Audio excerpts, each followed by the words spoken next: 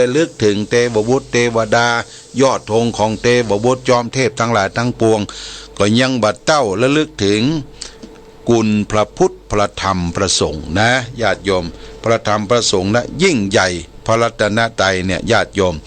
มีอยู่ในจิตในใจเฮาพุทโธธัมโมสังโฆอยู่ในจิตในใจเฮาชนะกู้อย่างญาติโยมพุทโธก็คือผู้รู้ตื่นเบิกบานแล้วธัมโมก็คือพระธรรมคำสอนของพระพุทธเจ้าสังโฆก็คือสาวกผู้ปฏิบัติตามคำสอนของพระพุทธเจ้าที่เราเคารพนับถือในปัจจุบันอันนี้ฝากคือแก่ญาติโยมท่านสาธุชนทั้งหลายบ่เจ้าแต่นั้นก็ได้สาธยายมนต์เรื่องของพระเจ้า28พระองค์ที่เฮาที่ได้มาโปรดโลกสาวกของพระพุทธเจ้านะสาวกของพระพุทธเจ้าตลอดถึงพระพุทธเจ้าในปางต่างๆได้สาธยายให้ญาติโยมท่านสาธุชนสรุปแล้วว่าขอความสุขสวัสดีจงมีแก่ท่านสาธุชนญาติโยมทั้งหลายบทสรุปสุดท้ายก็บทสัพปีติโยวิวัสสันตุสัพพโรโกวินาสันตุมาเตภวะตวนตรายโยสุขีทีขายุโกภวะอภิวาตานาสีลิสนิจังพุทธาปจายโนจัตตารโรธรรมาวัตันติอายุวันโนสุขังพลังบทสุดท้ายนี่บทสัพปีเนี่ยญาติโยมนะสัพปีแม่หม้อแก่งตองเนี่ยความจันไรทั้งหลายทั้งปวงจงพินาศหายไปขอโรคทั้งหลายจงหายขอให้ท่านคืออันตรายทั้งหลายจงอย่าได้มีแก่ท่าน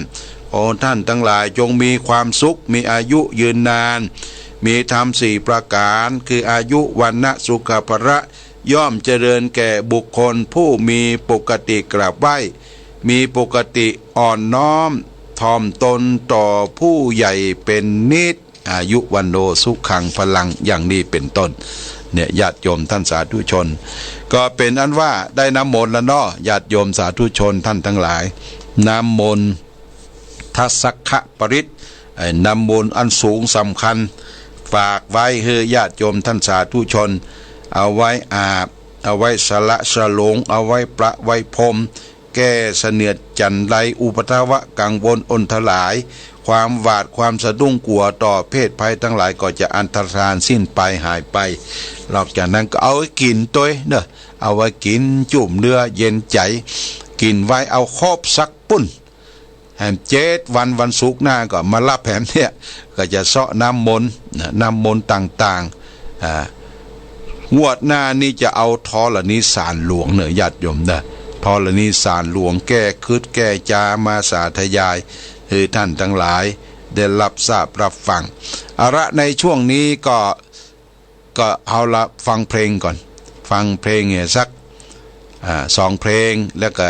จะได้มาพบปะรอบ